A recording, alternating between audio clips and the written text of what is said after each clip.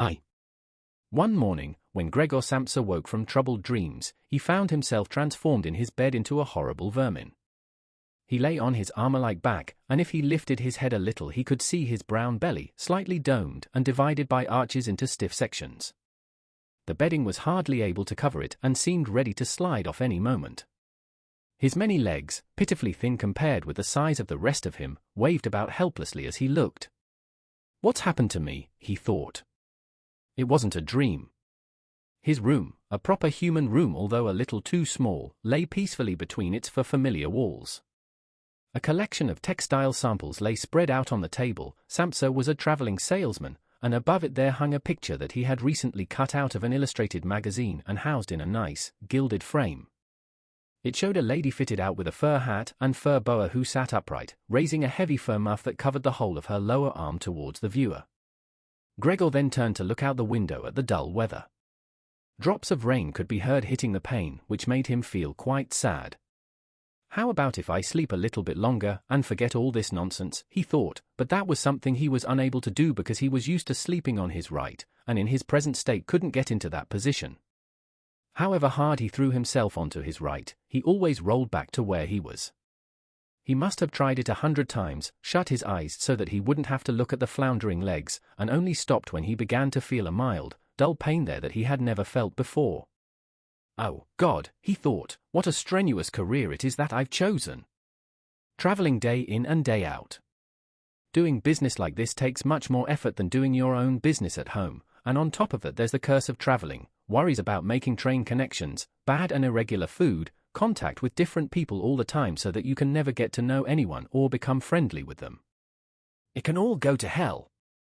He felt a slight itch up on his belly, pushed himself slowly up on his back towards the headboard so that he could lift his head better, found where the itch was, and saw that it was covered with lots of little white spots, which he didn't know what to make of, and when he tried to feel the place with one of his legs he drew it quickly back because as soon as he touched it he was overcome by a cold shudder. He slid back into his former position. Getting up early all the time, he thought, it makes you stupid. You've got to get enough sleep. Other traveling salesmen live a life of luxury. For instance, whenever I go back to the guest house during the morning to copy out the contract, these gentlemen are always still sitting there eating their breakfasts. I ought to just try that with my boss. I'd get kicked out on the spot. But who knows, maybe that would be the best thing for me. If I didn't have my parents to think about, I'd have given in my notice a long time ago. I'd have gone up to the boss and told him just what I think, tell him everything I would, let him know just what I feel. He'd fall right off his desk. And it's a funny sort of business to be sitting up there at your desk, talking down at your subordinates from up there, especially when you have to go right up close because the boss is hard of hearing. Well, there's still some hope. Once I've got the money together to pay off my parents' debt to him, another 5 or 6 years I suppose, that's definitely what I'll do. That's when I'll make the big change. First of all though, I've got to get up, my train leaves at 5.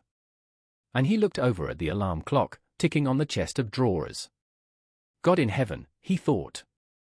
It was 6:30 and the hands were quietly moving forwards. It was even later than 7:30, more like 7:15. Had the alarm clock not rung? He could see from the bed that it had been set for 4 o'clock as it should have been. It certainly must have rung. Yes, but was it possible to quietly sleep through that furniture rattling noise? True, he had not slept peacefully, but probably all the more deeply because of that. What should he do now? The next train went at 7. If he were to catch that he would have to rush like mad, and the collection of samples was still not packed, and he did not at all feel particularly fresh and lively. And even if he did catch the train he would not avoid his boss's anger as the office assistant would have been there to see the 5 o'clock train go. He would have put in his report about Gregor's not being there a long time ago. The office assistant was the boss's man, spineless, and with no understanding. What about if he reported sick? But that would be extremely strained and suspicious as in 15 years of service Gregor had never once yet been ill. His boss would certainly come round with a doctor from the medical insurance company, accuse his parents of having a lazy son, and accept the doctor's recommendation not to make any claim as the doctor believed that no one was ever ill but that many were work shy. And what's more, would he have been entirely wrong in this case? Gregor did in fact, apart from excessive sleepiness after sleeping for so long, feel completely well and even felt much hungrier than usual. He was still hurriedly thinking all this through, unable to decide to get out of the bed, when the clock struck 7:15. There was a cautious knock at the door near his head. "Gregor," somebody called. It was his mother. "It's 7:15. Didn't you want to go somewhere?" That gentle voice. Gregor was shocked when he heard his own voice answering. It could hardly be recognized as the voice he had had before. As if from deep inside him, there was a painful and uncontrollable squeaking mixed in with it. The words could be made out at first, but then there was a sort of echo which made them unclear, leaving the hearer unsure whether he had heard properly or not. Gregor had wanted to give a full answer and explain everything, but in the circumstances contented himself with saying, "Yes, mother, yes, thank you, I'm getting up now." The change in Gregor's voice probably could not be noticed outside through the wooden door, as his mother was satisfied with this explanation and shuffled away. But this short conversation made the other members of the family aware that Gregor, against their expectations, was still at home, and soon his father came knocking at one of the side doors, gently, but with his fist. "Gregor, Gregor," he called, "what's wrong?" And after a short while he called again, with a warning deepness in his voice, "Gregor, Gregor." At the other side door his sister came plaintively, "Gregor? Aren't you well? Do you need anything?" Gregor answered to both sides, "I'm ready, now," making an effort to remove all the strangeness from his voice by enunciating very carefully and putting long pauses between each individual word. His father went back to his breakfast, but his sister whispered, "Gregor, open the door, I beg of you." Gregor, however, had no thought of opening the door, and instead congratulated himself for his cautious habit, acquired from his traveling, of locking all doors at night even when he was at home. The first thing he wanted to do was to get up in peace without being disturbed, to get dressed, and most of all to have his breakfast. Only then would he consider what to do next, as he was well aware that he would not bring his thoughts to any sensible conclusions by lying in bed. He remembered that he had often felt a slight pain in bed, perhaps caused by lying awkwardly, but that had always turned out to be pure imagination, and he wondered how his imaginings would slowly resolve themselves today. He did not have the slightest doubt that the change in his voice was nothing more than the first sign of a serious cold, which was an occupational hazard for traveling salesmen. It was a simple matter to throw off the covers. He only had to blow himself up a little and they fell off by themselves. But it became difficult after that, especially as he was so exceptionally broad. He would have used his arms and his hands to push himself up, but instead of them he only had all those little legs continuously moving in different directions, and which he was moreover unable to control. If he wanted to bend one of them, then that was the first one that would stretch itself out, and if he finally managed to do what he wanted with that leg, all the others seemed to be set free and would move about painfully. "This is something that can't be done in bed," Gregor said to himself, "so don't keep trying to do it." The first thing he wanted to do was get the lower part of his body out of the bed, but he had never seen this lower part, and could not imagine what it looked like. It turned out to be too hard to move, it went so slowly, and finally, almost in a frenzy, when he carelessly shoved himself forwards with all the force he could gather, he chose the wrong direction, hit hard against the lower bedpost, and learned from the burning pain he felt that the lower part of his body might well, at present, be the most sensitive. So then he tried to get the top part of his body out of the bed first, carefully turning his head to the side.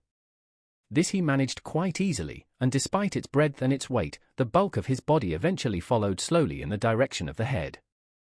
But when he had at last got his head out of the bed and into the fresh air, it occurred to him that if he let himself fall it would be a miracle if his head were not injured, so he became afraid to carry on pushing himself forward the same way. And he could not knock himself out now at any price. Better to stay in bed than lose consciousness. It took just as much effort to get back to where he had been earlier, but when he lay there sighing, and was once more watching his legs as they struggled against each other even harder than before, if that was possible, he could think of no way of bringing peace and order to this chaos. He told himself once more that it was not possible for him to stay in bed and that the most sensible thing to do would be to get free of it in whatever way he could at whatever sacrifice. At the same time, though, he did not forget to remind himself that calm consideration was much better than rushing to desperate conclusions. At times like this he would direct his eyes to the window and look out as clearly as he could, but unfortunately, even the other side of the narrow street was enveloped in morning fog and the view had little confidence or cheer to offer him. 7 o'clock, already, he said to himself when the clock struck again, 7 o'clock, and there's still a fog like this. And he lay there quietly a while longer, breathing lightly as if he perhaps expected the total stillness to bring things back to their real and natural state. But then he said to himself, before it strikes 7:15 I'll definitely have to have got properly out of bed. And by then somebody will have come round from work to ask what's happened to me as well, as they open up at work before 7 o'clock. And so he set himself to the task of swinging the entire length of his body out of the bed all at the same time. If he succeeded in falling out of bed in this way and kept his head raised as he did so, he could probably avoid injuring it. His back seemed to be quite hard, and probably nothing would happen to it falling onto the carpet. His main concern was for the loud noise he was bound to make, and which even through all the doors would probably raise concern if not alarm. But it was something that had to be risked. When Gregor was already sticking halfway out of the bed, the new method was more of a game than an effort. All he had to do was rock back and forth. It occurred to him how simple everything would be if somebody came to help him. 2 people, he had his father and the maid in mind, would have been more than enough. They would only have to push their arms under the dome of his back, peel him away from the bed, bend down with the load, and then be patient and careful as he swang over onto the floor, where, hopefully, the little legs would find a use. Should he really call for help though, even apart from the fact that all the doors were locked? Despite all the difficulty he was in, he could not suppress a smile at this thought. After a while he had already moved so far across that it would have been hard for him to keep his balance if he rocked too hard. The time was now 7:10 and he would have to make a final decision very soon. Then there was a ring at the door of the flat.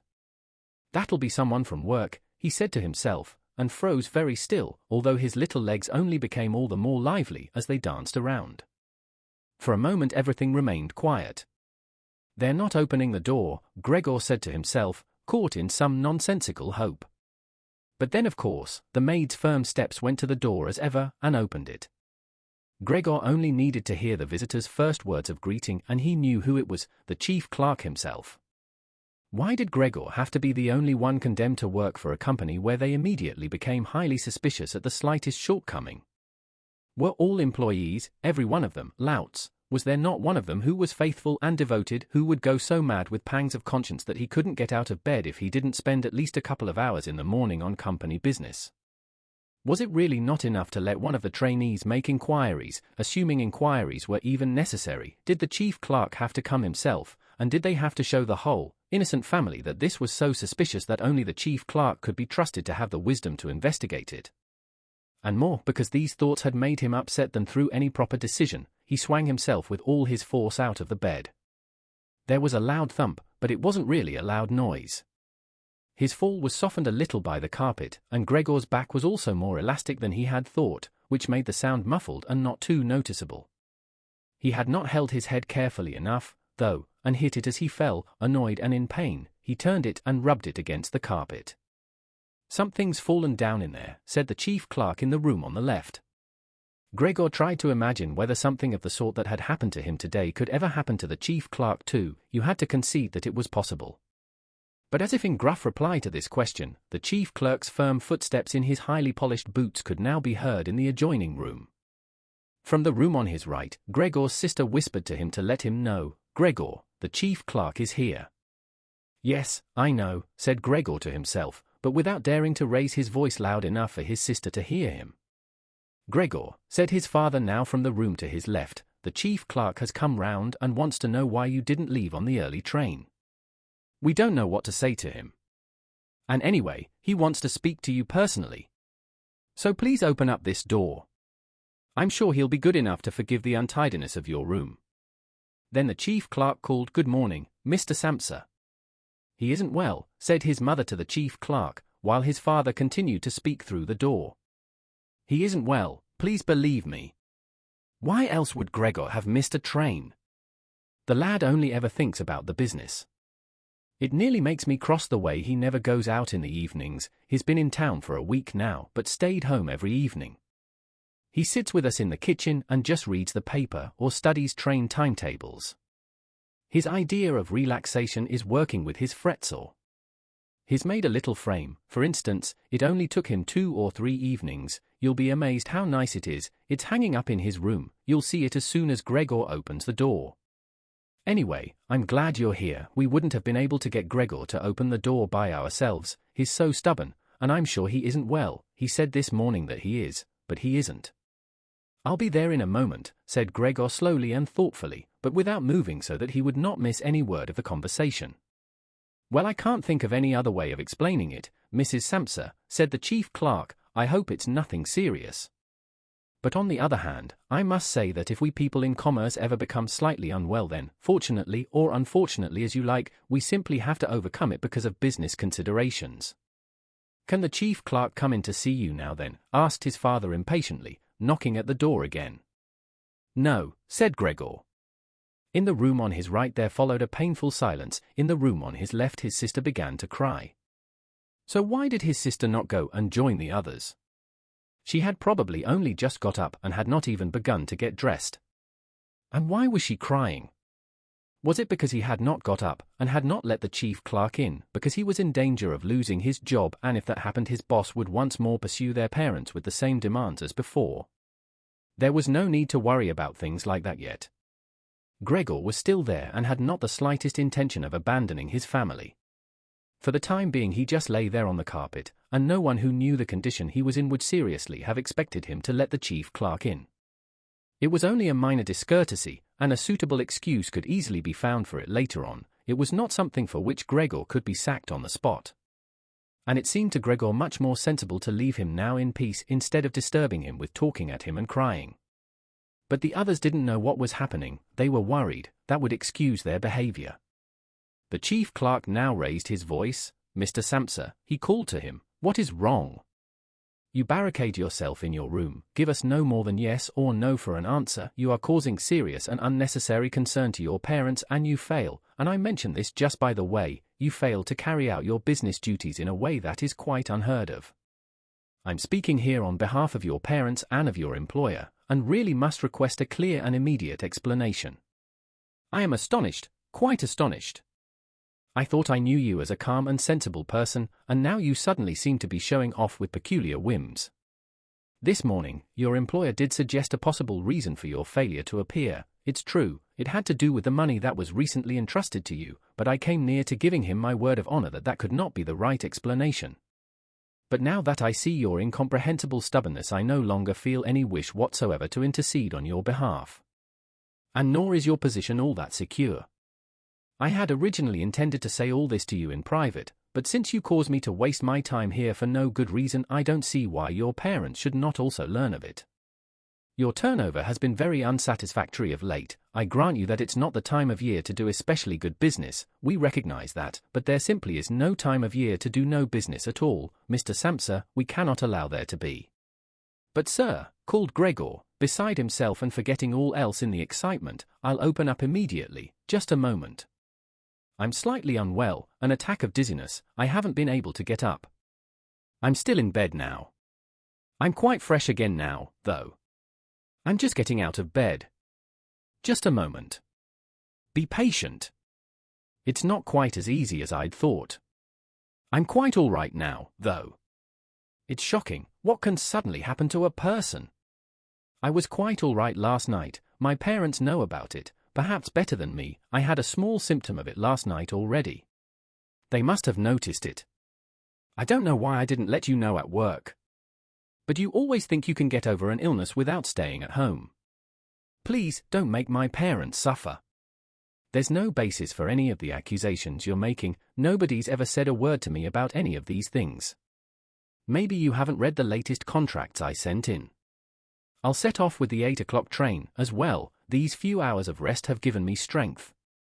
You don't need to wait, sir, I'll be in the office soon after you, and please be so good as to tell that to the boss and recommend me to him. And while Gregor gushed out these words, hardly knowing what he was saying, he made his way over to the chest of drawers. This was easily done, probably because of the practice he had already had in bed, where he now tried to get himself upright. He really did want to open the door, really did want to let them see him and to speak with the chief clerk. The others were being so insistent, and he was curious to learn what they would say when they caught sight of him. If they were shocked, then it would no longer be Gregor's responsibility and he could rest. If, however, they took everything calmly, he would still have no reason to be upset, and if he hurried he really could be at the station for 8 o'clock. The first few times he tried to climb up on the smooth chest of drawers he just slid down again, but he finally gave himself one last swing and stood there upright. The lower part of his body was in serious pain, but he no longer gave any attention to it. Now he let himself fall against the back of a nearby chair and held tightly to the edges of it with his little legs. By now he had also calmed down and kept quiet so that he could listen to what the chief clerk was saying. "Did you understand a word of all that?" the chief clerk asked his parents. "Surely he's not trying to make fools of us." "Oh, God," called his mother, who was already in tears. "He could be seriously ill and we're making him suffer." "Greta!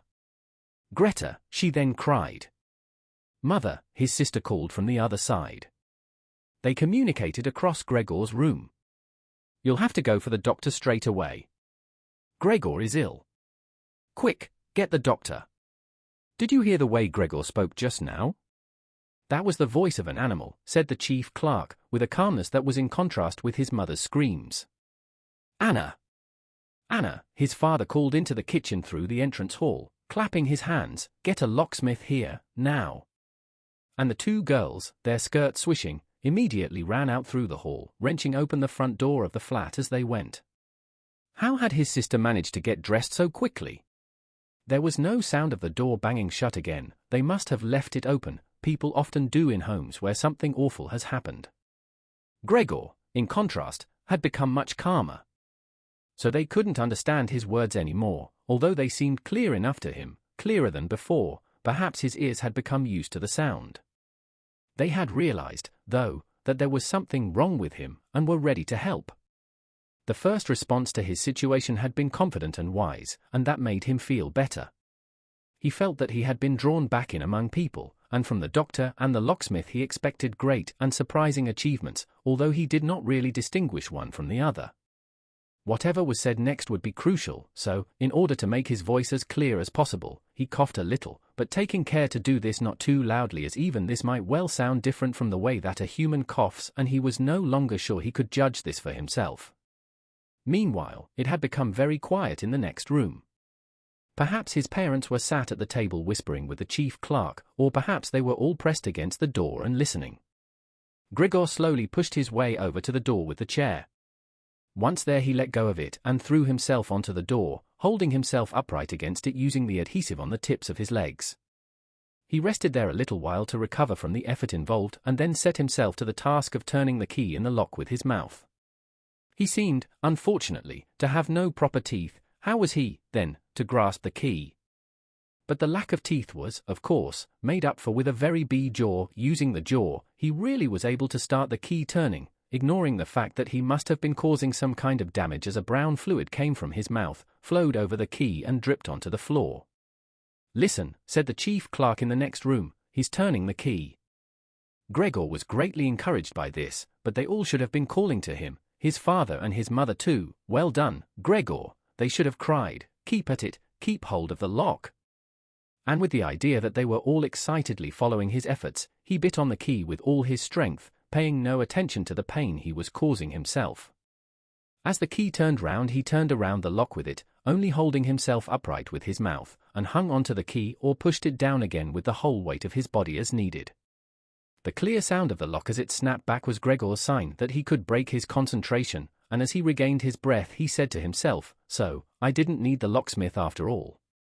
Then he lay his head on the handle of the door to open it completely. Because he had to open the door in this way, it was already wide open before he could be seen. He had first to slowly turn himself around one of the double doors, and he had to do it very carefully if he did not want to fall flat on his back before entering the room. He was still occupied with this difficult movement, unable to pay attention to anything else, when he heard the chief clerk exclaim a loud "oh," which sounded like the soughing of the wind. Now he also saw him. He was the nearest to the door, his hand pressed against his open mouth and slowly retreating as if driven by a steady and invisible force. Gregor's mother, her hair still disheveled from bed despite the chief clerk's being there, looked at his father. Then she unfolded her arms, took 2 steps forward towards Gregor and sank down onto the floor into her skirts that spread themselves out around her as her head disappeared down onto her breast. His father looked hostile and clenched his fists as if wanting to knock Gregor back into his room.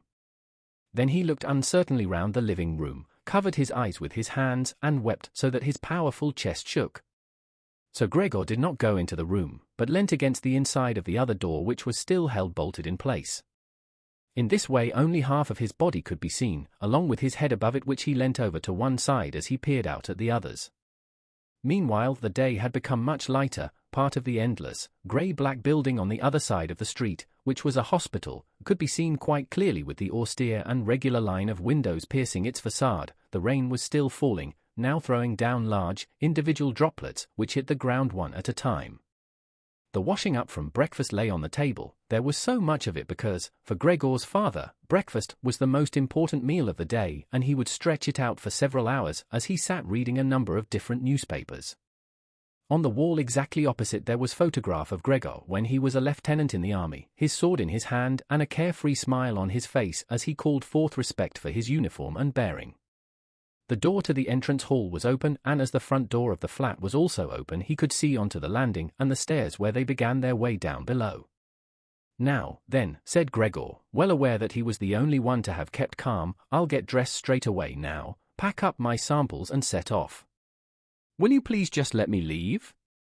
You can see," he said to the chief clerk, "that I'm not stubborn and I like to do my job. Being a commercial traveler is arduous, but without traveling I couldn't earn my living."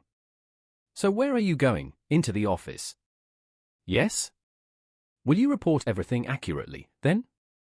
It's quite possible for someone to be temporarily unable to work, but that's just the right time to remember what's been achieved in the past and consider that later on, once the difficulty has been removed, he will certainly work with all the more diligence and concentration.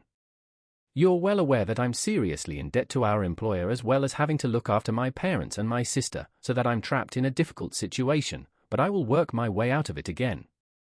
Please don't make things any harder for me than they are already, and don't take sides against me at the office. I know that nobody likes the travelers. They think we earn an enormous wage as well as having a soft time of it. That's just prejudice, but they have no particular reason to think better it. But you, sir, you have a better overview than the rest of the staff. In fact, if I can say this in confidence, a better overview than the boss himself. It's very easy for a businessman like him to make mistakes about his employees and judge them more harshly than he should. And you're also well aware that we travelers spend almost the whole year away from the office, so that we can very easily fall victim to gossip and chance and groundless complaints, and it's almost impossible to defend yourself from that sort of thing. We don't usually even hear about them, or if at all it's when we arrive back home exhausted from a trip, and that's when we feel the harmful effects of what's been going on without even knowing what caused them. Please, don't go away, at least first say something to show that you grant that I'm at least partly right." But the chief clerk had turned away as soon as Gregor had started to speak, and, with protruding lips, only stared back at him over his trembling shoulders as he left. He did not keep still for a moment while Gregor was speaking, but moved steadily towards the door without taking his eyes off him. He moved very gradually, as if there had been some secret prohibition on leaving the room. It was only when he had reached the entrance hall that he made a sudden movement, drew his foot from the living room, and rushed forward in a panic.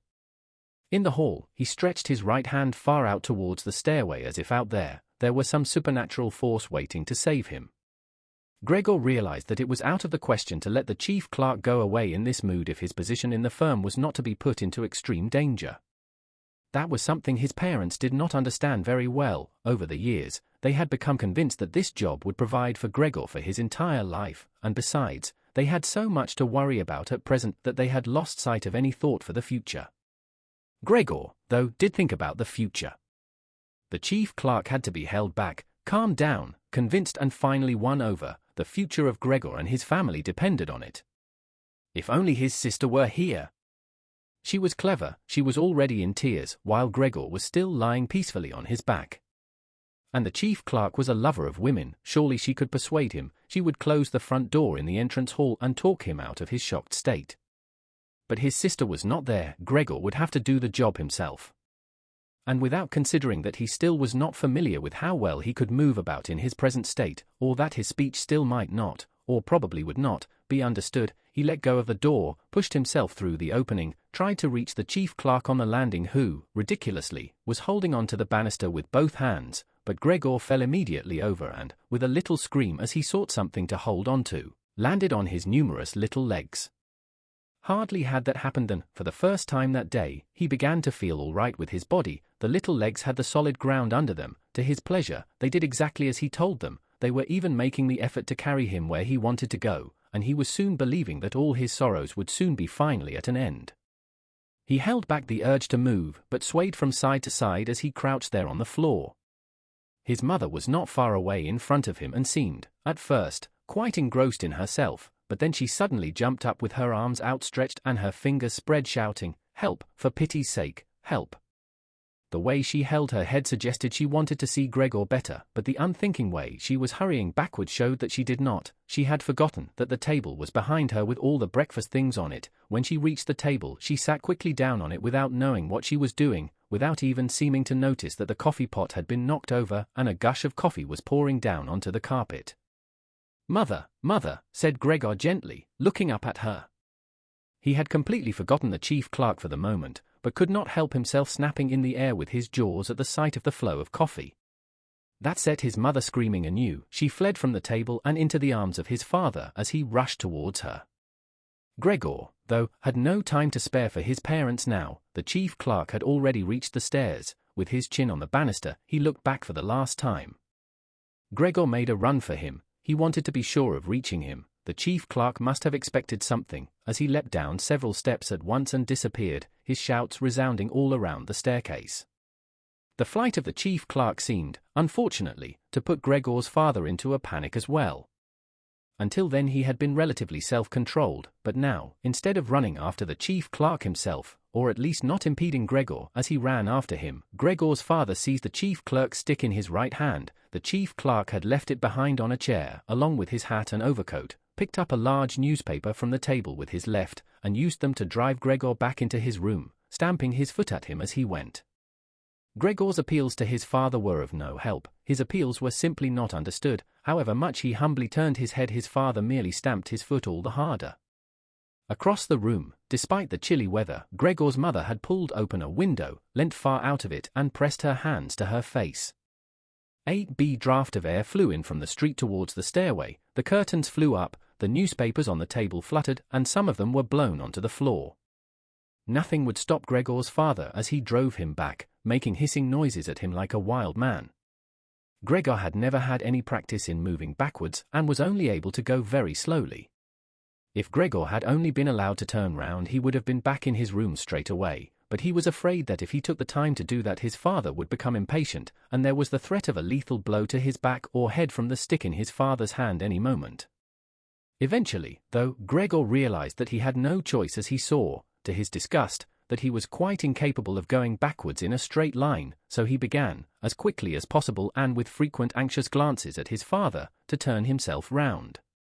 It went very slowly, but perhaps his father was able to see his good intentions as he did nothing to hinder him. In fact, now and then he used the tip of his stick to give directions from a distance as to which way to turn.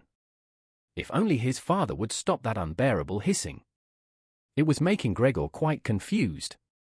When he had nearly finished turning round, still listening to that hissing, he made a mistake and turned himself back a little the way he had just come. He was pleased when he finally had his head in front of the doorway, but then saw that it was too narrow, and his body was too broad to get through it without further difficulty.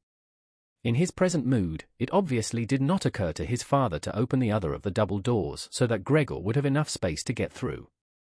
He was merely fixed on the idea that Gregor should be got back into his room as quickly as possible. Nor would he ever have allowed Gregor the time to get himself upright as preparation for getting through the doorway. What he did, making more noise than ever, was to drive Gregor forwards all the harder as if there had been nothing in the way. It sounded to Gregor as if there was now more than one father behind him. It was not a pleasant experience, and Gregor pushed himself into the doorway without regard for what might happen. One side of his body lifted itself, he lay at an angle in the doorway, one flank scraped on the white door and was painfully injured, leaving vile brown flecks on it. Soon he was stuck fast and would not have been able to move at all by himself. The little legs along one side hung quivering in the air while those on the other side were pressed painfully against the ground. Then his father gave him a hefty shove from behind which released him from where he was held and sent him flying, and heavily bleeding, deep into his room. The door was slammed shut with the stick. Then, finally, all was quiet. 2. It was not until it was getting dark that evening that Gregor awoke from his deep and coma-like sleep. He would have woken soon afterwards anyway, even if he hadn't been disturbed, as he had had enough sleep and felt fully rested. But he had the impression that some hurried steps and the sound of the door leading into the front room being carefully shut had woken him. The light from the electric street lamps shone palely here and there onto the ceiling and tops of the furniture, but down below, where Gregor was, it was dark. He pushed himself over to the door, feeling his way clumsily with his antennae, of which he was now beginning to learn the value, in order to see what had been happening there. The whole of his left side seemed like one painfully stretched scar, and he limped badly on his 2 rows of legs. One of the legs had been badly injured in the events of that morning. It was nearly a miracle that only one of them had been, and dragged along lifelessly. It was only when he had reached the door that he realized what it actually was that had drawn him over to it. It was the smell of something to eat. By the door there was a dish filled with sweetened milk with little pieces of white bread floating in it. He was so pleased he almost laughed, as he was even hungrier than he had been that morning, and immediately dipped his head into the milk, nearly covering his eyes with it. But he soon drew his head back again in disappointment. Not only did the pain in his tender left side make it difficult to eat the food, he was only able to eat if his whole body worked together as a snuffling whole, but the milk did not taste at all nice. Milk like this was normally his favorite drink, and his sister had certainly left it there for him because of that, but he turned, almost against his own will, away from the dish and crawled back into the center of the room. Through the crack in the door, Gregor could see that the gas had been lit in the living room. His father at this time would normally be sat with his evening paper, reading it out in a loud voice to Gregor's mother, and sometimes to his sister, but there was now not a sound to be heard. Gregor's sister would often write and tell him about this reading, but maybe his father had lost the habit in recent times. It was so quiet all around too, even though there must have been somebody in the flat. What a quiet life it is the family lead, said Gregor to himself, and, gazing into the darkness, felt a great pride that he was able to provide a life like that in such a nice home for his sister and parents. But what now, if all this peace and wealth and comfort should come to a horrible and frightening end? That was something that Gregor did not want to think about too much, so he started to move about, crawling up and down the room. Once during that long evening, the door on one side of the room was opened very slightly and hurriedly closed again. Later on, the door on the other side did the same. It seemed that someone needed to enter the room, but thought better of it. Gregor went and waited immediately by the door, resolved either to bring the timorous visitor into the room in some way, or at least to find out who it was, but the door was opened no more that night, and Gregor waited in vain. The previous morning, while the doors were locked, everyone had wanted to get in there to him, but now that he had opened up one of the doors and the other had clearly been unlocked some time during the day, no one came, and the keys were in the other sides. It was not until late at night that the gaslight in the living room was put out, and now it was easy to see that parents and sister had stayed awake all that time, as they all could be distinctly heard as they went away together on tiptoe. It was clear that no one would come into Gregor's room any more until morning. That gave him plenty of time to think undisturbed about how he would have to rearrange his life. For some reason, the tall, empty room where he was forced to remain made him feel uneasy as he lay there flat on the floor, even though he had been living in it for 5 years. Hardly aware of what he was doing other than a slight feeling of shame, he hurried under the couch. It pressed down on his back a little, and he was no longer able to lift his head, but he nonetheless felt immediately at ease, and his only regret was that his body was too broad to get it all underneath. He spent the whole night there. Some of the time he passed in a light sleep, although he frequently woke from it in alarm because of his hunger, and some of the time was spent in worries and vague hopes which, however, always led to the same conclusion. For the time being he must remain calm, he must show patience and the greatest consideration so that his family could bear the unpleasantness that he, in his present condition, was forced to impose on them. Gregor soon had the opportunity to test the strength of his decisions, as early the next morning, almost before the night had ended, his sister, nearly fully dressed, opened the door from the front room and looked anxiously in. She did not see him straight away, but when she did notice him under the couch, he had to be somewhere. For God's sake, he couldn't have flown away. She was so shocked that she lost control of herself and slammed the door shut again from outside.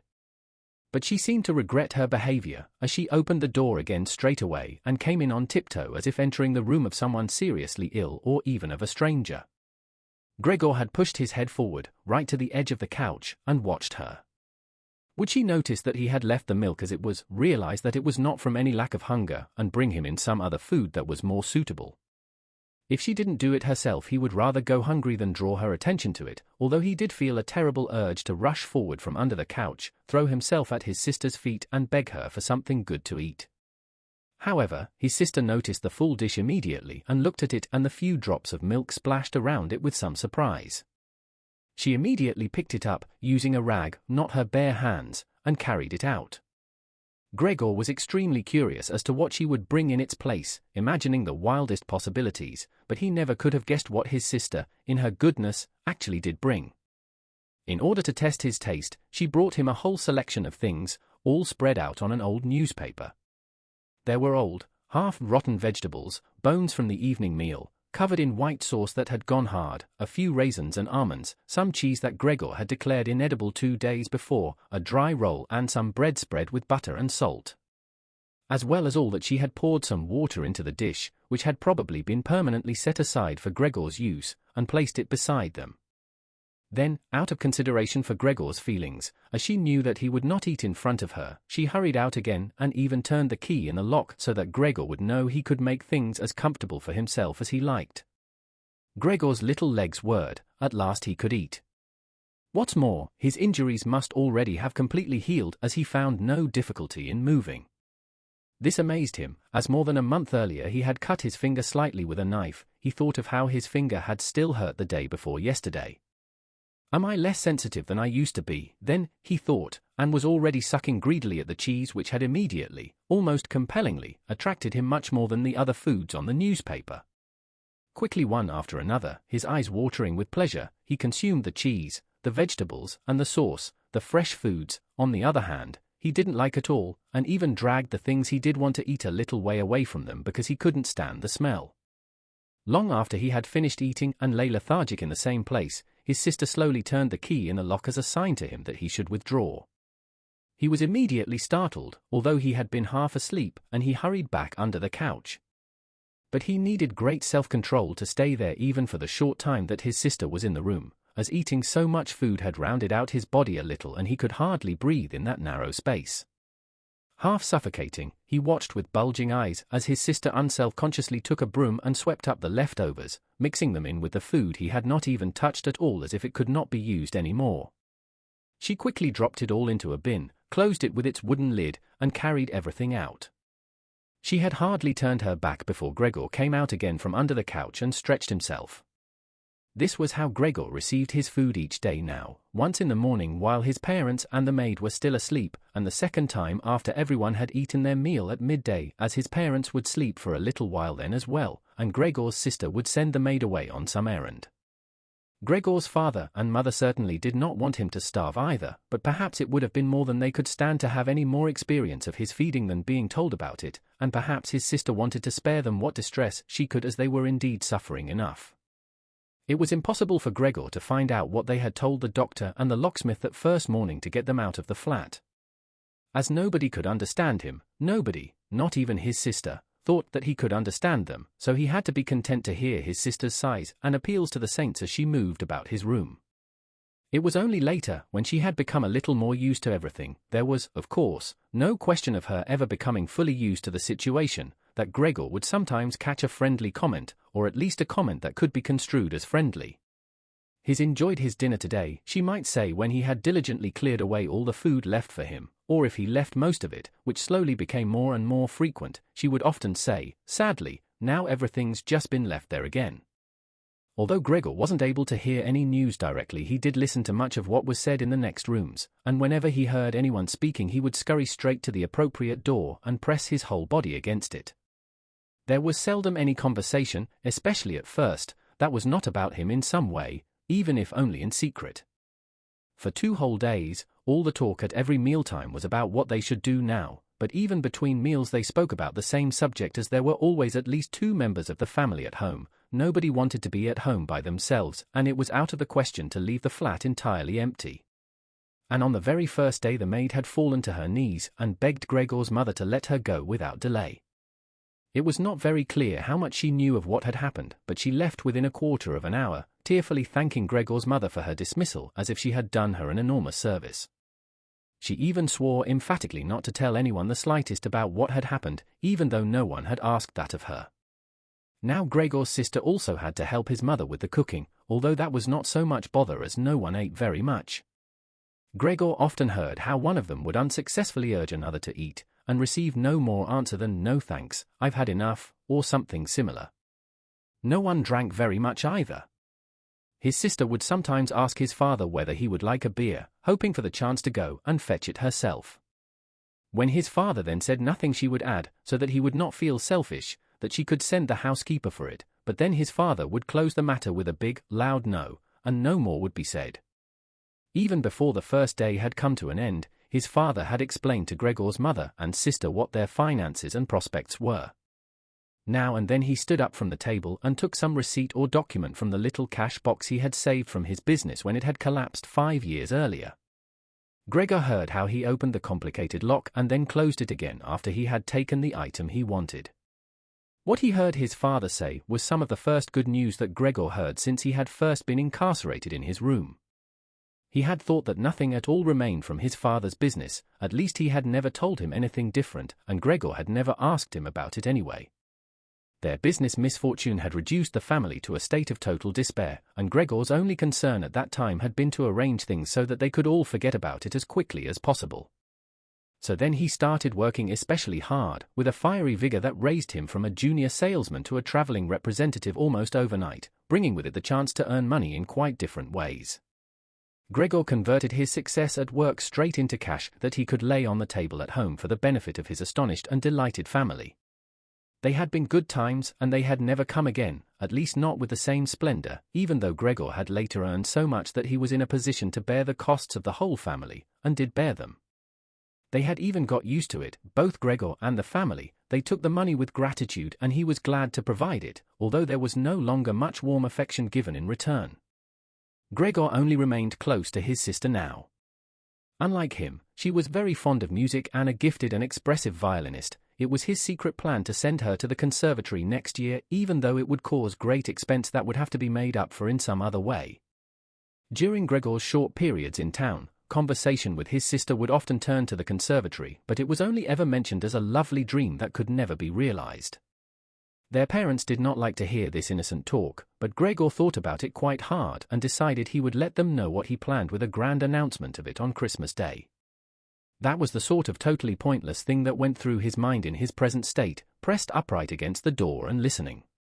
There were times when he simply became too tired to continue listening, when his head would fall wearily against the door and he would pull it up again with a start, as even the slightest noise he caused would be heard next door and they would all go silent. "What's that he's doing now?" his father would say after a while, clearly having gone over to the door, and only then would the interrupted conversation slowly be taken up again. When explaining things, his father repeated himself several times, partly because it was a long time since he had been occupied with these matters himself and partly because Gregor's mother did not understand everything first time. From these repeated explanations Gregor learned, to his pleasure, that despite all their misfortunes there was still some money available from the old days. It was not a lot, but it had not been touched in the meantime and some interest had accumulated. Besides that, they had not been using up all the money that Gregor had been bringing home every month, keeping only a little for himself, so that, too, had been accumulating. Behind the door, Gregor nodded with enthusiasm in his pleasure at this unexpected thrift and caution. He could actually have used this surplus money to reduce his father's debt to his boss, and the day when he could have freed himself from that job would have come much closer, but now it was certainly better the way his father had done things. This money, however, was certainly not enough to enable the family to live off the interest. It was enough to maintain them for, perhaps, 1 or 2 years, no more. That's to say, it was money that should not really be touched, but set aside for emergencies. Money to live on had to be earned. His father was healthy but old, and lacking in self-confidence. During the 5 years that he had not been working, the first holiday in a life that had been full of strain and no success, he had put on a lot of weight and become very slow and clumsy. Would Gregor's elderly mother now have to go and earn money?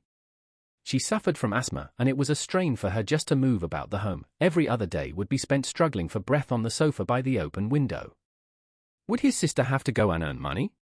She was still a child of 17, her life up till then had been very enviable, consisting of wearing nice clothes, sleeping late, helping out in the business, joining in with a few modest pleasures, and most of all playing the violin. Whenever they began to talk of the need to earn money, Gregor would always first let go of the door and then throw himself onto the cool, leather sofa next to it, as he became quite hot with shame and regret. He would often lie there the whole night through, not sleeping a wink but scratching at the leather for hours on end. Or he might go to all the effort of pushing a chair to the window, climbing up onto the sill and, propped up in the chair, leaning on the window to stare out of it. He had used to feel a great sense of freedom from doing this, but doing it now was obviously something more remembered than experienced, as what he actually saw in this way was becoming less distinct every day, even things that were quite near. He had used to curse the ever-present view of the hospital across the street, but now he could not see it at all, and if he had not known that he lived in Charlottenstrasse, which was a quiet street despite being in the middle of the city, he could have thought that he was looking out the window at a barren waste where the grey sky and the grey earth mingled inseparably. His observant sister only needed to notice the chair twice before she would always push it back to its exact position by the window after she had tidied up the room, and even left the inner pane of the window open from then on. If Gregor had only been able to speak to his sister and thank her for all that she had to do for him, it would have been easier for him to bear it, but as it caused him pain. His sister, naturally, tried as far as possible to pretend there was nothing burdensome about it, and the longer it went on, of course, the better she was able to do so, but as time went by Gregor was also able to see through it all so much better.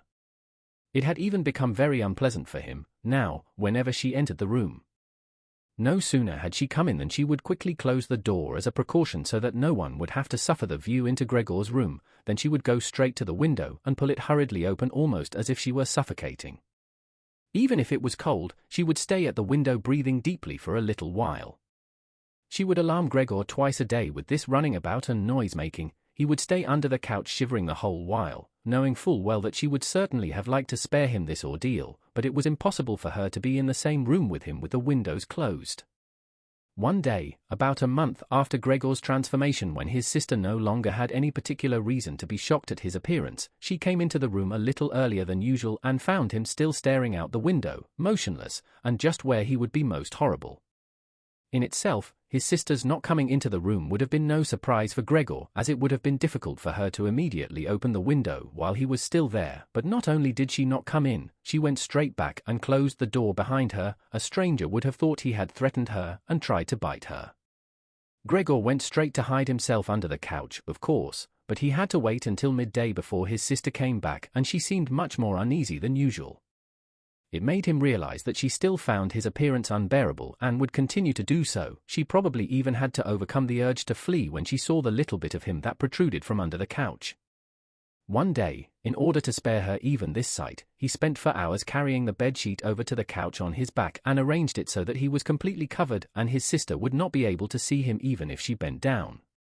If she did not think this sheet was necessary, then all she had to do was take it off again, as it was clear enough that it was no pleasure for Gregor to cut himself off so completely. She left the sheet where it was. Gregor even thought he glimpsed a look of gratitude one time when he carefully looked out from under the sheet to see how his sister liked the new arrangement. For the first 14 days, Gregor's parents could not bring themselves to come into the room to see him. He would often hear them say how they appreciated all the new work his sister was doing, even though, before, they had seen her as a girl who was somewhat useless and frequently been annoyed with her. But now the two of them, father and mother, would often both wait outside the door of Gregor's room while his sister tied it up in there, and as soon as she went out again she would have to tell them exactly how everything looked, what Gregor had eaten, how he had behaved this time, and whether, perhaps, any slight improvement could be seen. His mother also wanted to go in and visit Gregor relatively soon, but his father and sister at first persuaded her against it. Gregor listened very closely to all this, and approved fully.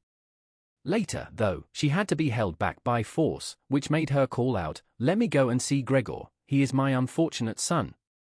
Can't you understand I have to see him?" And Gregor would think to himself that maybe it would be better if his mother came in, not every day of course, but one day a week. Perhaps she could understand everything much better than his sister who, for all her courage, was still just a child after all, and really might not have had an adult's appreciation of the burdensome job she had taken on. Gregor's wish to see his mother was soon realized. Out of consideration for his parents, Gregor wanted to avoid being seen at the window during the day, the few square meters of the floor did not give him much room to crawl about. It was hard to just lie quietly through the night. His food soon stopped giving him any pleasure at all, and so, to entertain himself, he got into the habit of crawling up and down the walls and ceiling.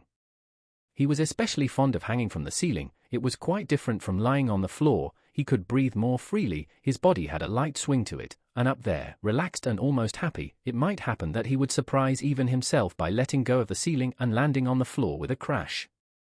But now, of course, he had far better control of his body than before, and, even with a fall as great as that, caused himself no damage.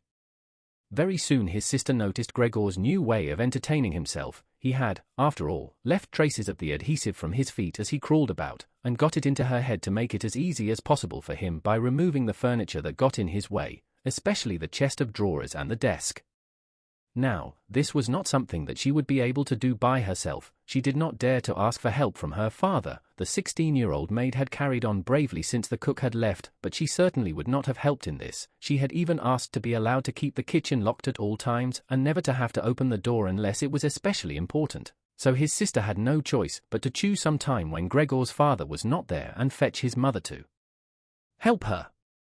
As she approached the room, Gregor could hear his mother express her joy, but once at the door she went silent. First, of course, his sister came in and looked round to see that everything in the room was all right, and only then did she let her mother enter. Gregor had hurriedly pulled the sheet down lower over the couch and put more folds into it so that everything really looked as if it had just been thrown down by chance. Gregor also refrained, this time, from spying out from under the sheet. He gave up the chance to see his mother until later and was simply glad that she had come. "You can come in, he can't be seen," said his sister, obviously leading her in by the hand. The old chest of drawers was too heavy for a pair of feeble women to be heaving about, but Gregor listened as they pushed it from its place, his sister always taking on the heaviest part of the work for herself and ignoring her mother's warnings that she would strain herself. This lasted a very long time. After laboring at it for 15 minutes or more, his mother said it would be better to leave the chest where it was. For one thing, it was too heavy for them to get the job finished before Gregor's father got home, and leaving it in the middle of the room it would be in his way even more. And for another thing, it wasn't even sure that taking the furniture away would really be any help to him. She thought just the opposite. The sight of the bare wall saddened her right to her heart, and why wouldn't Gregor feel the same way about it? He'd been used to this furniture in his room for a long time, and it would make him feel abandoned to be in an empty room like that. Then, quietly, almost whispering as if wanting Gregor, whose whereabouts she did not know, to hear not even the tone of her voice, as she was convinced that he did not understand her words, she added, "And by taking the furniture away, won't it seem like we're showing that we've given up all hope of improvement and we're abandoning him to cope for himself? I think it'd be best to leave the room exactly the way it was before, so that when Gregor comes back to us again he'll find everything unchanged and he'll be able to forget the time in between all the easier." Hearing these words from his mother made Gregor realize that the lack of any direct human communication, along with the monotonous life led by the family during these 2 months, must have made him confused. He could think of no other way of explaining to himself why he had seriously wanted his room emptied out. Had he really wanted to transform his room into a cave, a warm room fitted out with the nice furniture he had inherited? That would have let him crawl around unimpeded in any direction, but it would also have let him quickly forget his past when he had still been human. He had come very close to forgetting, and it had only been the voice of his mother, unheard for so long, that had shaken him out of it. Nothing should be removed, everything had to stay. He could not do without the good influence the furniture had on his condition, and if the furniture made it difficult for him to crawl about mindlessly, that was not a loss, but a great advantage. His sister, unfortunately, did not agree. She had become used to the idea, not without reason, that she was Gregor's spokesman to his parents about the things that concerned him. This meant that his mother's advice now was sufficient reason for her to insist on removing not only the chest of drawers and the desk, as she had thought at first, but all the furniture apart from the all-important couch. It was more than childish perversity, of course, or the unexpected confidence she had recently acquired, that made her insist. She had indeed noticed that Gregor needed a lot of room to crawl about in, whereas the furniture, as far as anyone could see, was of no use to him at all. Girls of that age, though, do become enthusiastic about things and feel they must get their way whenever they can. Perhaps this was what tempted Greta to make Gregor's situation seem even more shocking than it was, so that she could do even more for him. Greta would probably be the only one who would dare enter a room dominated by Gregor crawling about the bare walls by himself. So she refused to let her mother dissuade her? Gregor's mother already looked uneasy in his room. She soon stopped speaking and helped Gregor's sister to get the chest of drawers out with what strength she had. The chest of drawers was something that Gregor could do without if he had to, but the writing desk had to stay.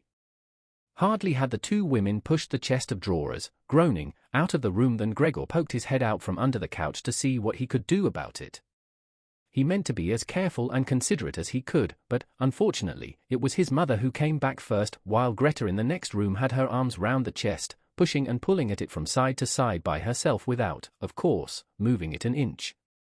His mother was not used to the sight of Gregor. He might have made her ill, so Gregor hurried backwards to the far end of the couch. In his startlement, though, he was not able to prevent the sheet at its front from moving a little. It was enough to attract his mother's attention. She stood very still, remained there a moment, and then went back out to Greta. Gregor kept trying to assure himself that nothing unusual was happening. It was just a few pieces of furniture being moved after all, but he soon had to admit that the women going to and fro, their little calls to each other, the scraping of the furniture on the floor, all these things made him feel as if he were being assailed from all sides. With his head and legs pulled in against him and his body pressed to the floor, he was forced to admit to himself that he could not stand all of this much longer.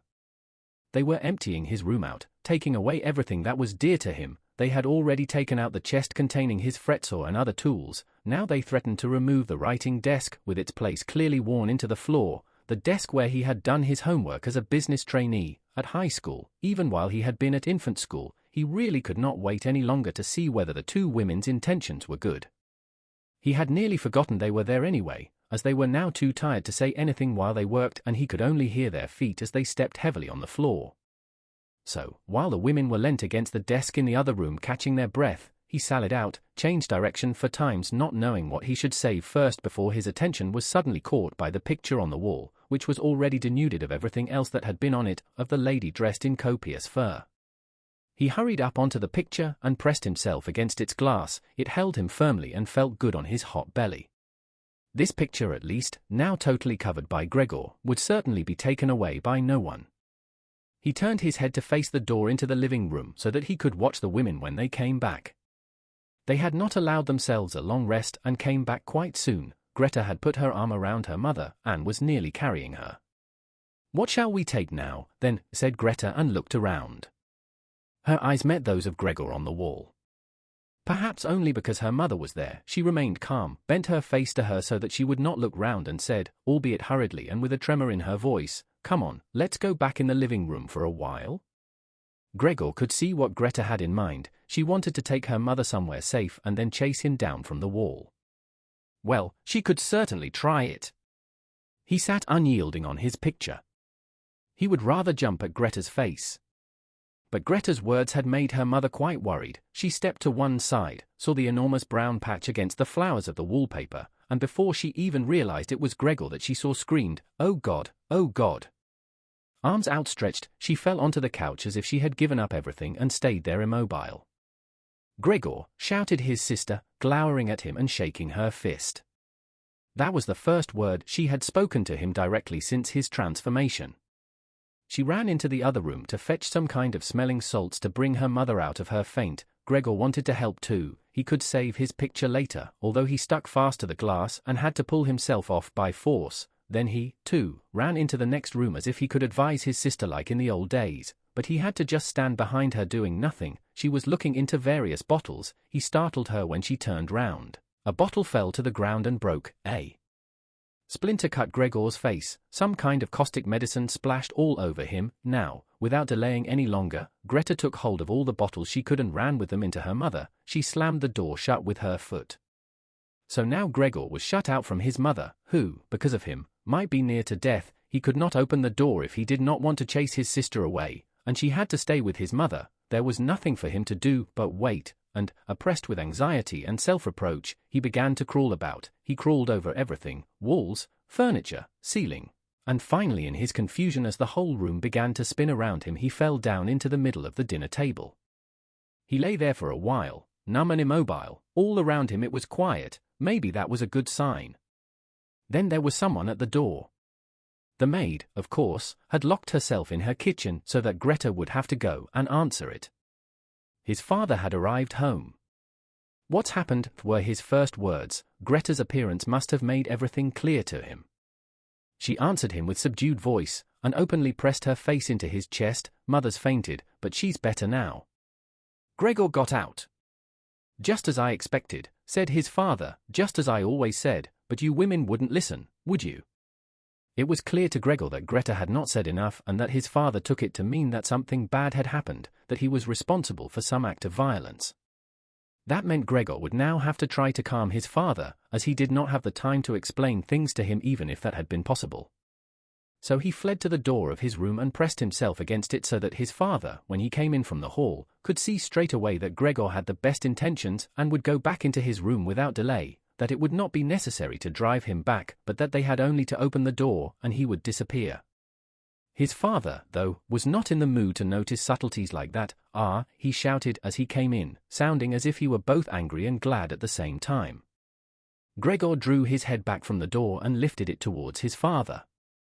He really had not imagined his father the way he stood there now of late. With his new habit of crawling about, he had neglected to pay attention to what was going on the rest of the flat the way he had done before.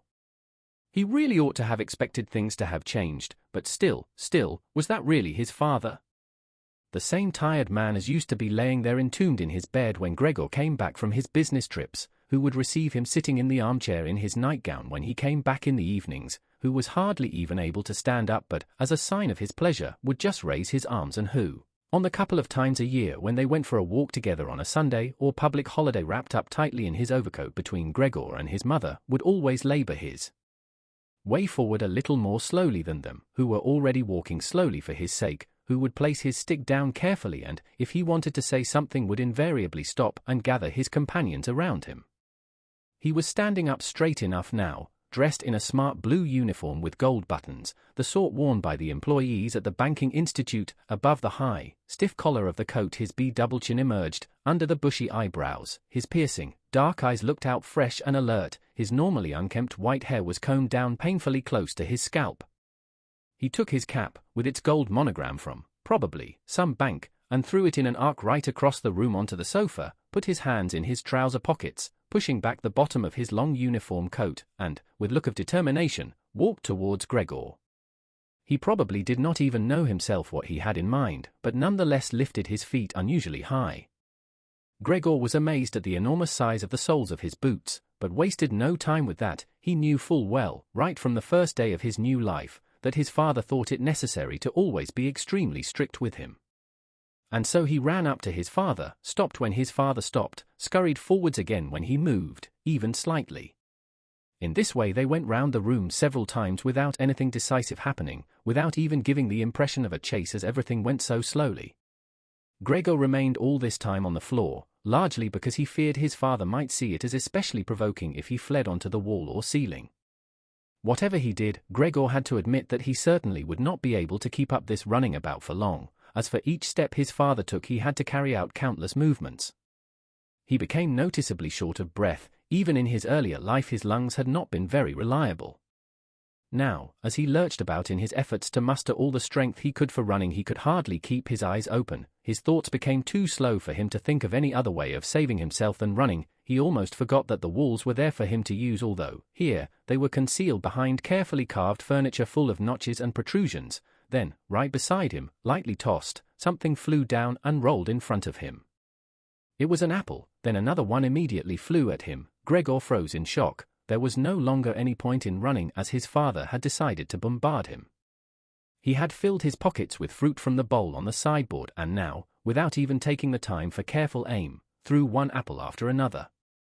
These little, red apples rolled about on the floor, knocking into each other as if they had electric motors. An apple thrown without much force glanced against Gregor's back and slid off without doing any harm. Another one, however, immediately following it, hit squarely and lodged in his back. Gregor wanted to drag himself away, as if he could remove the surprising, the incredible pain by changing his position, but he felt as if nailed to the spot and spread himself out, all his senses in confusion. The last thing he saw was the door of his room being pulled open. His sister was screaming. His mother ran out in front of her in her blouse, as his sister had taken off some of her clothes after she had fainted to make it easier for her to breathe. She ran to his father, her skirts unfastened and sliding one after another to the ground. Stumbling over the skirts, she pushed herself to his father, her arms around him, uniting herself with him totally. Now Gregor lost his ability to see anything, her hands behind his father's head begging him to spare Gregor's life. 3. No one dared to remove the apple lodged in Gregor's flesh, so it remained there as a visible reminder of his injury. He had suffered it there for more than a month, and his condition seemed serious enough to remind even his father that Gregor, despite his current sad and revolting form, was a family member who could not be treated as an enemy. On the contrary, as a family, there was a duty to swallow any revulsion for him and to be patient, just to be patient. Because of his injuries, Gregor had lost much of his mobility, probably permanently. He had been reduced to the condition of an ancient invalid, and it took him long minutes to crawl across his room. Crawling over the ceiling was out of the question, but this deterioration in his condition was fully, in his opinion, made up for by the door to the living room being left open every evening. He got into the habit of closely watching it for 1 or 2 hours before it was opened, and then, lying in the darkness of his room where he could not be seen from the living room, he could watch the family in the light of the dinner table and listen to their conversation, with everyone's permission, in a way, and thus quite differently from before. They no longer held the lively conversations of earlier times, of course, the ones that Gregor always thought about with longing when he was tired and getting into the damp bed in some small hotel room. All of them were usually very quiet nowadays. Soon after dinner, his father would go to sleep in his chair. His mother and sister would urge each other to be quiet. His mother, bent deeply under the lamp, would sew fancy underwear for a fashion shop. His sister, who had taken a sales job, learned shorthand and French in the evening so that she might be able to get a better position later on. Sometimes his father would wake up and say to Gregor's mother, "You're doing so much sewing again today," as if he did not know that he had been dozing, and then he would go back to sleep again while mother and sister would exchange a tired grin. With a kind of stubbornness, Gregor's father refused to take his uniform off even at home. While his nightgown hung unused on its peg, Gregor's father would slumber where he was, fully dressed, as if always ready to serve and expecting to hear the voice of his superior even here. The uniform had not been new to start with, but as a result of this it slowly became even shabbier despite the efforts of Gregor's mother and sister to look after it. Gregor would often spend the whole evening looking at all the stains on this coat, with its gold buttons always kept polished and shiny, while the old man in it would sleep, highly uncomfortable but peaceful. As soon as it struck 10, Gregor's mother would speak gently to his father to wake him and try to persuade him to go to bed, as he couldn't sleep properly where he was, and he really had to get his sleep if he was to be up at 6 to get to work. But since he had been in work, he had become more obstinate and would always insist on staying longer at the table, even though he regularly fell asleep, and it was then harder than ever to persuade him to exchange the chair for his bed. Then, however much mother and sister would importune him with little reproaches and warnings, he would keep slowly shaking his head for a quarter of an hour with his eyes closed and refusing to get up. Gregor's mother would tug at his sleeve, whisper endearments into his ear. Gregor's sister would leave her work to help her mother, but nothing would have any effect on him. He would just sink deeper into his chair. Only when the two women took him under the arms he would abruptly open his eyes, look at them one after the other and say, "What a life! This is what peace I get in my old age." And supported by the two women he would lift himself up carefully as if he were carrying the greatest load himself, let the women take him to the door, send them off and carry on by himself, while Gregor's mother would throw down her needle and his sister her pen so that they could run after his father and continue being of help to him. Who, in this tired and overworked family, would have had time to give more attention to Gregor than was absolutely necessary? The household budget became even smaller, so now the maid was dismissed. An enormous, thick-boned charwoman with white hair that flapped around her head came every morning and evening to do the heaviest work. Everything else was looked after by Gregor's mother on top of the large amount of sewing work she did. Gregor even learned, listening to the evening conversation about what price they had hoped for, that several items of jewelry belonging to the family had been sold, even though both mother and sister had been very fond of wearing them at functions and celebrations. But the loudest complaint was that although the flat was much too big for their present circumstances, they could not move out of it. There was no imaginable way of transferring Gregor to the new address. He could see quite well, though, that there were more reasons than consideration for him that made it difficult for them to move. It would have been quite easy to transport him in any suitable crate with a few air holes in it. The main thing holding the family back from their decision to move was much more to do with their total despair, and the thought that they had been struck with a misfortune unlike anything experienced by anyone else they knew or were related to. They carried out absolutely everything that the world expects from poor people. Gregor's father brought bank employees their breakfast, his mother sacrificed herself by washing clothes for strangers, his sister ran back and forth behind her desk at the behest of the customers, but they just did not have the strength to do any more. And the injury in Gregor's back began to hurt as much as when it was new. After they had come back from taking his father to bed, Gregor's mother and sister would now leave their work where it was and sit close together, cheek to cheek. His mother would point to Gregor's room and say, "Close that door, Greta," and then, when he was in the dark again, they would sit in the next room and their tears would mingle, or they would simply sit there staring dry-eyed at the table. Gregor hardly slept at all, either night or day. Sometimes he would think of taking over the family's affairs. Just like before, the next time the door was opened, he had long forgotten about his boss and the chief clerk, but they would appear again in his thoughts, the salesman and the apprentices, that stupid tea boy, 2 or 3 friends from other businesses, one of the chambermaids from a provincial hotel, a tender memory that appeared and disappeared again, a cashier from a hat shop for whom his attention had been serious but too slow. All of them appeared to him, mixed together with strangers and others he had forgotten, but instead of helping him and his family they were all of them inaccessible, and he was glad when they disappeared. Other times he was not at all in the mood to look after his family. He was filled with simple rage about the lack of attention he was shown, and although he could think of nothing he would have wanted, he made plans of how he could get into the pantry where he could take all the things he was entitled to, even if he was not hungry.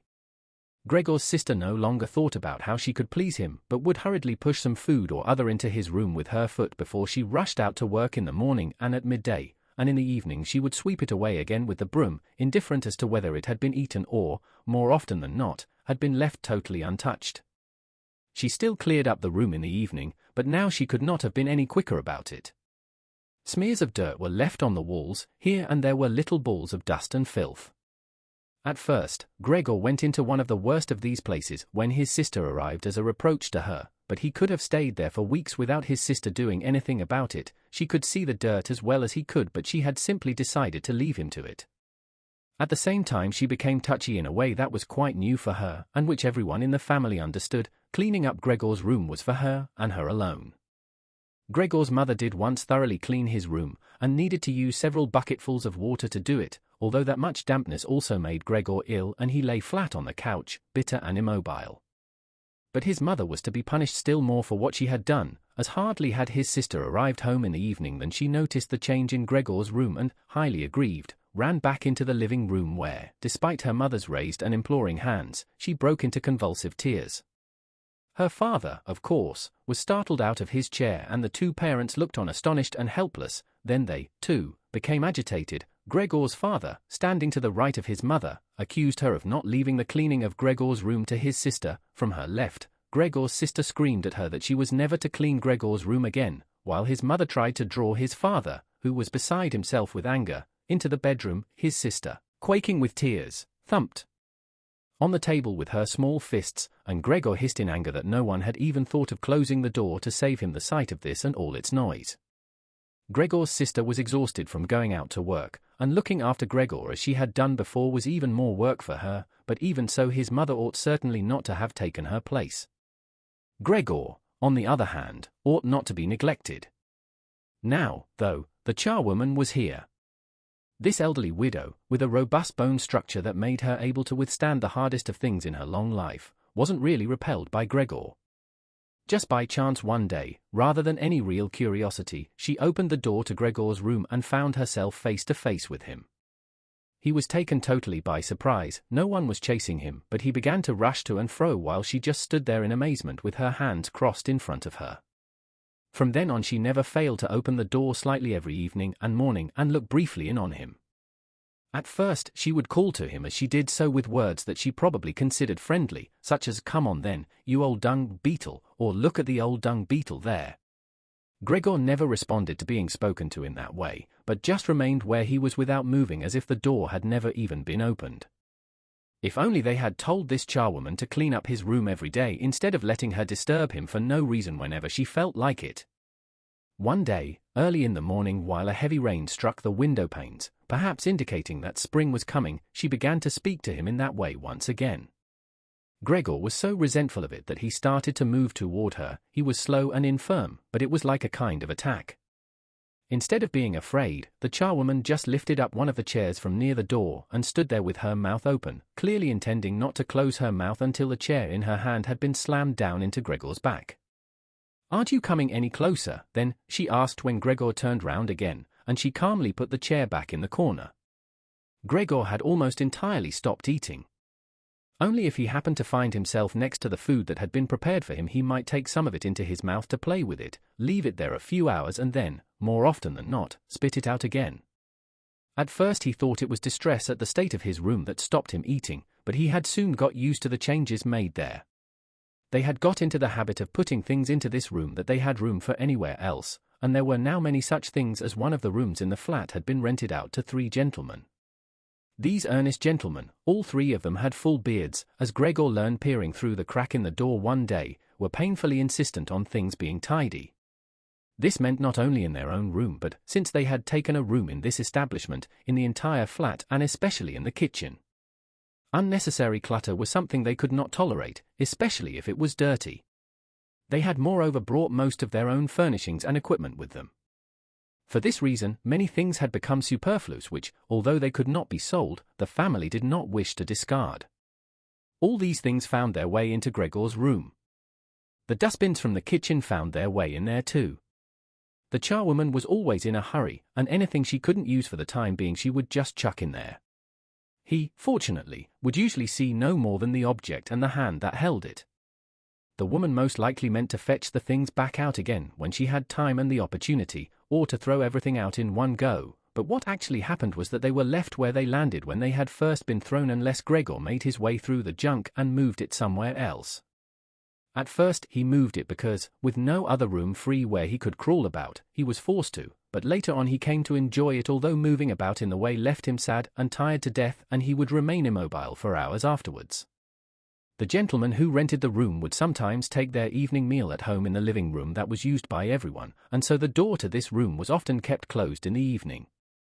But Gregor found it easy to give up having the door open. He had, after all, often failed to make use of it when it was open and, without the family having noticed it, lain in his room in its darkest corner. One time, though, the charwoman left the door to the living room slightly open, and it remained open when the gentleman who rented the room came in the evening and the light was put on.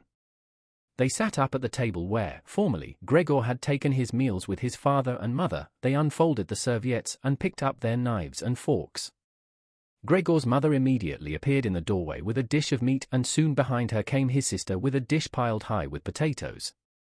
The food was steaming and filled the room with its smell. The gentleman bent over the dishes set in front of them as if they wanted to test the food before eating it, and the gentleman in the middle, who seemed to count as an authority for the other 2, did indeed cut off a piece of meat while it was still in its dish, clearly wishing to establish whether it was sufficiently cooked or whether it should be sent back to the kitchen. It was to his satisfaction, and Gregor's mother and sister, who had been looking on anxiously, began to breathe again and smiled. The family themselves ate in the kitchen.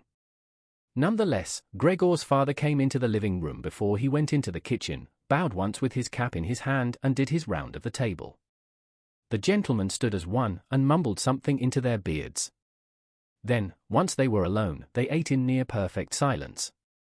It seemed remarkable to Gregor that above all the various noises of eating their chewing teeth could still be heard, as if they had wanted to show Gregor that you need teeth in order to eat and it was not possible to perform anything with jaws that are toothless however nice they might be. "I'd like to eat something," said Gregor anxiously, "but not anything like they're eating. They do feed themselves. And here I am, dying." Throughout all this time, Gregor could not remember having heard the violin being played, but this evening it began to be heard from the kitchen. The 3 gentlemen had already finished their meal, the one in the middle had produced a newspaper, given a page to each of the others, and now they leant back in their chairs reading them and smoking. When the violin began playing they became attentive, stood up and went on tiptoe over to the door of the hallway where they stood pressed against each other. Someone must have heard them in the kitchen, as Gregor's father called out, "Is the playing perhaps unpleasant for the gentleman? We can stop it straight away." "On the contrary," said the middle gentleman, "would the young lady not like to come in and play for us here in the room, where it is, after all, much more cozy and comfortable?" "Oh yes, we'd love to," called back Gregor's father as if he had been the violin player himself. The gentleman stepped back into the room and waited. Gregor's father soon appeared with the music stand, his mother with the music and his sister with the violin. She calmly prepared everything for her to begin playing. His parents, who had never rented a room out before and therefore showed an exaggerated courtesy towards the three gentlemen, did not even dare to sit on their own chairs. His father leant against the door with his right hand pushed in between two buttons on his uniform coat. His mother, though, was offered a seat by one of the gentlemen and sat, leaving the chair where the gentleman happened to have placed it, out of the way in a corner. His sister began to play. Father and mother paid close attention, one on each side, to the movements of her hands. Drawn in by the playing, Gregor had dared to come forward a little and already had his head in the living room. Before, he had taken great pride in how considerate he was, but now it hardly occurred to him that he had become so thoughtless about the others. What's more, there was now all the more reason to keep himself hidden, as he was covered in the dust that lay everywhere in his room and flew up at the slightest movement. He carried threads, hairs, and remains of food about on his back and sides. He was much too indifferent to everything now to lay on his back and wipe himself on the carpet like he had used to do several times a day. And despite this condition, he was not too shy to move forward a little onto the immaculate floor of the living room. No one noticed him, though. The family was totally preoccupied with the violin playing. At first, the three gentlemen had put their hands in their pockets and come up far too close behind the music stand to look at all the notes being played, and they must have disturbed Gregor's sister, but soon, in contrast with the family, they withdrew back to the window with their heads sunk and talking to each other at half volume, and they stayed by the window while Gregor's father observed them anxiously. It really now seemed very obvious that they had expected to hear some beautiful or entertaining violin playing, but had been disappointed that they had had enough of the whole performance, and it was only now out of politeness that they allowed their peace to be disturbed. It was especially unnerving, the way they all blew the smoke from their cigarettes upwards from their mouth and noses. Yet Gregor's sister was playing so beautifully. Her face was leant to one side, following the lines of music with a careful and melancholy expression. Gregor crawled a little further forward, keeping his head close to the ground so that he could meet her eyes if the chance came. Was he an animal if music could captivate him so? It seemed to him that he was being shown the way to the unknown nourishment he had been yearning for. He was determined to make his way forward to his sister and tug at her skirt to show her she might come into his room with her violin, as no one appreciated her playing here as much as he would.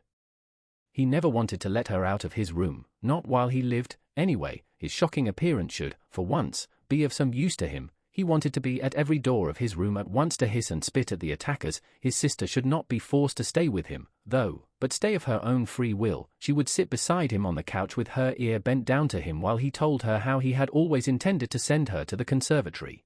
How he would have told everyone about it. Last Christmas, had Christmas really come and gone already? If this misfortune hadn't got in the way, and refused to let anyone dissuade him from it. On hearing all this, his sister would break out in tears of emotion, and Gregor would climb up to her shoulder and kiss her neck, which, since she had been going out to work, she had kept free without any necklace or collar. "Mr. Samsa," shouted the middle gentleman to Gregor's father, pointing, without wasting any more words, with his forefinger at Gregor as he slowly moved forward. The violin went silent. The middle of the three gentlemen first smiled at his two friends, shaking his head, and then looked back at Gregor. His father seemed to think it more important to calm the three gentlemen before driving Gregor out, even though they were not at all upset and seemed to think Gregor was more entertaining than the violin playing had been. He rushed up to them with his arms spread out and attempted to drive them back into their room at the same time as trying to block their view of Gregor with his body. Now they did become a little annoyed, and it was not clear whether it was his father's behavior that annoyed them or the dawning realization that they had had a neighbor like Gregor in the next room without knowing it. They asked Gregor's father for explanations, raised their arms like he had, tugged excitedly at their beards, and moved back towards their room only very slowly. Meanwhile Gregor's sister had overcome the despair she had fallen into when her playing was suddenly interrupted. She had let her hand drop and let violin and bow hang limply for a while, but continued to look at the music as if still playing. But then she suddenly pulled herself together, laid the instrument on her mother's lap, who still sat laboriously struggling for breath where she was, and ran into the next room which, under pressure from her father, the three gentlemen were more quickly moving toward. Under his sister's experienced hand, the pillows and covers on the beds flew up and were put into order, and she had already finished making the beds and slipped out again before the three gentlemen had reached the room. Gregor's father seemed so obsessed with what he was doing that he forgot all the respect he owed to his tenants. He urged them and pressed them until, when he was already at the door of the room, the middle of the three gentlemen shouted like thunder and stamped his foot and thereby brought Gregor's father to a halt. "I declare here and now," he said, raising his hand and glancing at Gregor's mother and sister to gain their attention too, "that with regard to the repugnant conditions that prevail in this flat and with this family," here he looked briefly but decisively at the floor, "I give immediate notice on my room. For the days that I have been living here I will, of course, pay nothing at all. On the contrary, I will consider whether to proceed with some kind of action for damages from you, and believe me it would be very easy to set out the grounds for such an action." He was silent and looked straight ahead as if waiting for something. And indeed, his two friends joined in with the words, "and we also give immediate notice." With that, he took hold of the door handle and slammed the door.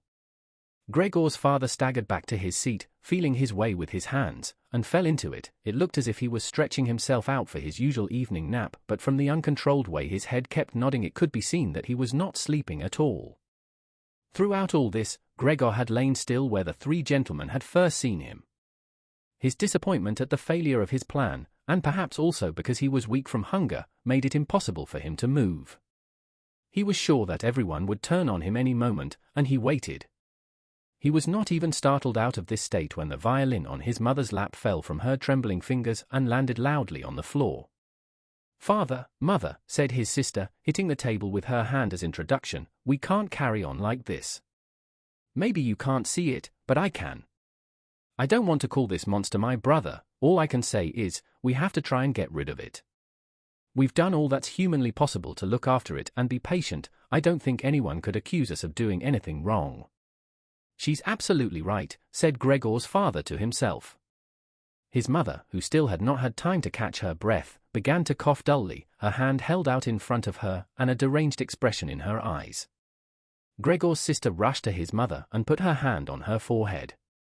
Her words seemed to give Gregor's father some more definite ideas. He sat upright, played with his uniform cap between the plates left by the three gentlemen after their meal, and occasionally looked down at Gregor as he lay there immobile. "We have to try and get rid of it," said Gregor's sister, now speaking only to her father, as her mother was too occupied with coughing to listen. "It'll be the death of both of you, I can see it coming. We can't all work as hard as we have to and then come home to be tortured like this. We can't endure it. I can't endure it any more."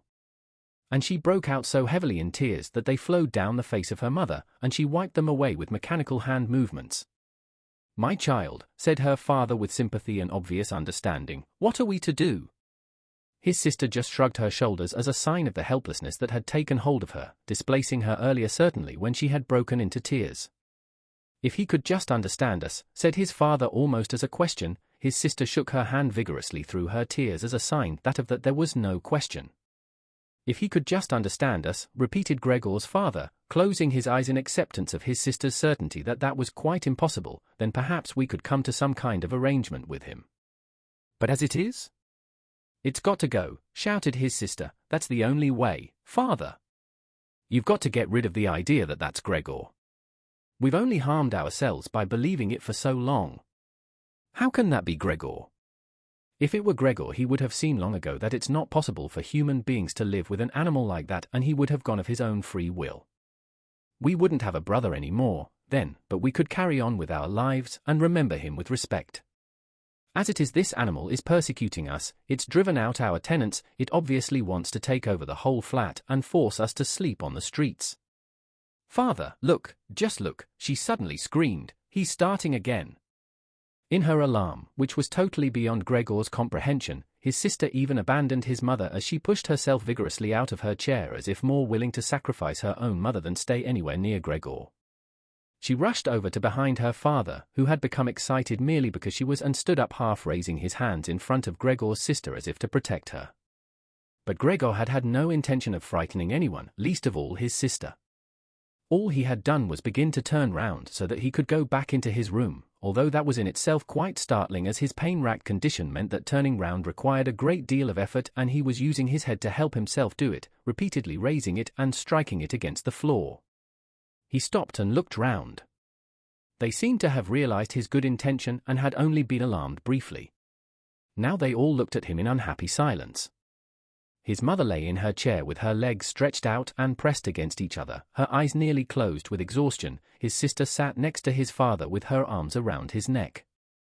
Maybe now they'll let me turn round, thought Gregor, and went back to work. He could not help panting loudly with the effort and had sometimes to stop and take a rest. No one was making him rush any more, everything was left up to him. As soon as he had finally finished turning round, he began to move straight ahead. He was amazed at the great distance that separated him from his room, and could not understand how he had covered that distance in his weak state a little while before and almost without noticing it. He concentrated on crawling as fast as he could and hardly noticed that there was not a word, not any cry, from his family to distract him. He did not turn his head until he had reached the doorway. He did not turn it all the way round as he felt his neck becoming stiff, but it was none the less enough to see that nothing behind him had changed, only his sister had stood up. With his last glance, he saw that his mother had now fallen completely asleep. He was hardly inside his room before the door was hurriedly shut, bolted and locked. The sudden noise behind Gregor so startled him that his little legs collapsed under him. It was his sister who had been in so much of a rush. She had been standing there waiting and sprung forward lightly. Gregor had not heard her coming at all, and as she turned the key in the lock, she said loudly to her parents at last. "What now, then?" Gregor asked himself as he looked round in the darkness. He soon made the discovery that he could no longer move at all. This was no surprise to him. It seemed rather that being able to actually move around on those spindly little legs until then was unnatural. He also felt relatively comfortable.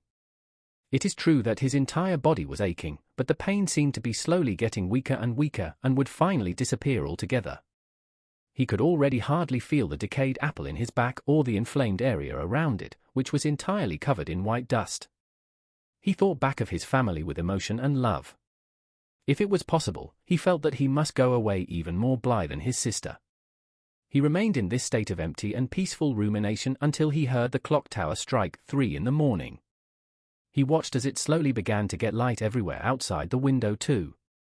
Then, without his willing it, his head sank down completely, and his last breath flowed weakly from his nostrils. When the cleaner came in early in the morning, they'd often asked her not to keep slamming the doors, but with her strength and in her hurry she still did, so that everyone in the flat knew when she'd arrived, and from then on it was impossible to sleep in peace. She made her usual brief look in on Gregor and at first found nothing special. She thought he was laying there so still on purpose, playing the martyr. She attributed all possible understanding to him. She happened to be holding the long broom in her hand, so she tried to tickle Gregor with it from the doorway. When she had no success with that, she tried to make a nuisance of herself and poked at him a little, and only when she found she could shove him across the floor with no resistance at all did she start to pay attention. She soon realized what had really happened, opened her eyes wide, whistled to herself, but did not waste time to yank open the bedroom doors and shout loudly into the darkness of the bedrooms, "Come and have a look at this, it's dead, just lying there, stone dead." Mr. and Mrs. Samsa sat upright there in their marriage bed and had to make an effort to get over the shock caused by the cleaner before they could grasp what she was saying. But then, each from his own side, they hurried out of bed. Mr. Samsa threw the blanket over his shoulders, Mrs. Samsa just came out in her nightdress, and that is how they went into Gregor's room. On the way they opened the door to the living room where Greta had been sleeping since the 3 gentlemen had moved in. She was fully dressed as if she had never been asleep, and the paleness of her face seemed to confirm this. "Dead?" asked Mrs. Samsa, looking at the charwoman inquiringly, even though she could have checked for herself and could have known it even without checking. "That's what I said," replied the cleaner, and to prove it she gave Gregor's body another shove with the broom, sending it sideways across the floor. Mrs. Samsa made a movement as if she wanted to hold back the broom, but did not complete it.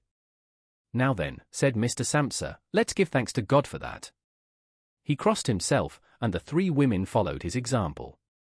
Greta, who had not taken her eyes from the corpse, said, "Just look how thin he was. He didn't eat anything for so long. The food came out again just the same as when it went in."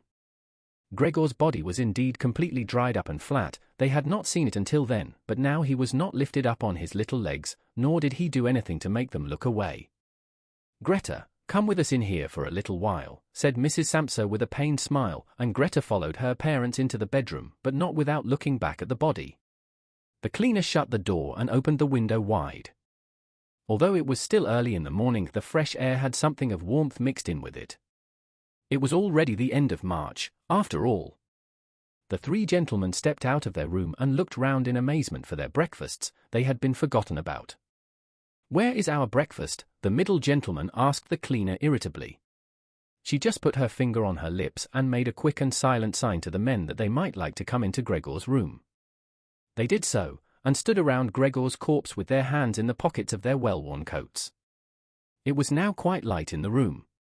Then the door of the bedroom opened and Mr. Samsa appeared in his uniform with his wife on one arm and his daughter on the other. All of them had been crying a little, Greta now and then pressed her face against her father's arm. "Leave my home now," said Mr. Samsa, indicating the door and without letting the women from him. "What do you mean?" asked the middle of the three gentlemen, somewhat disconcerted, and he smiled sweetly. The other two held their hands behind their backs and continually rubbed them together in gleeful anticipation of a loud quarrel which could only end in their favor. "I mean just what I said," answered Mr. Samsa, and, with his two companions, went in a straight line towards the man.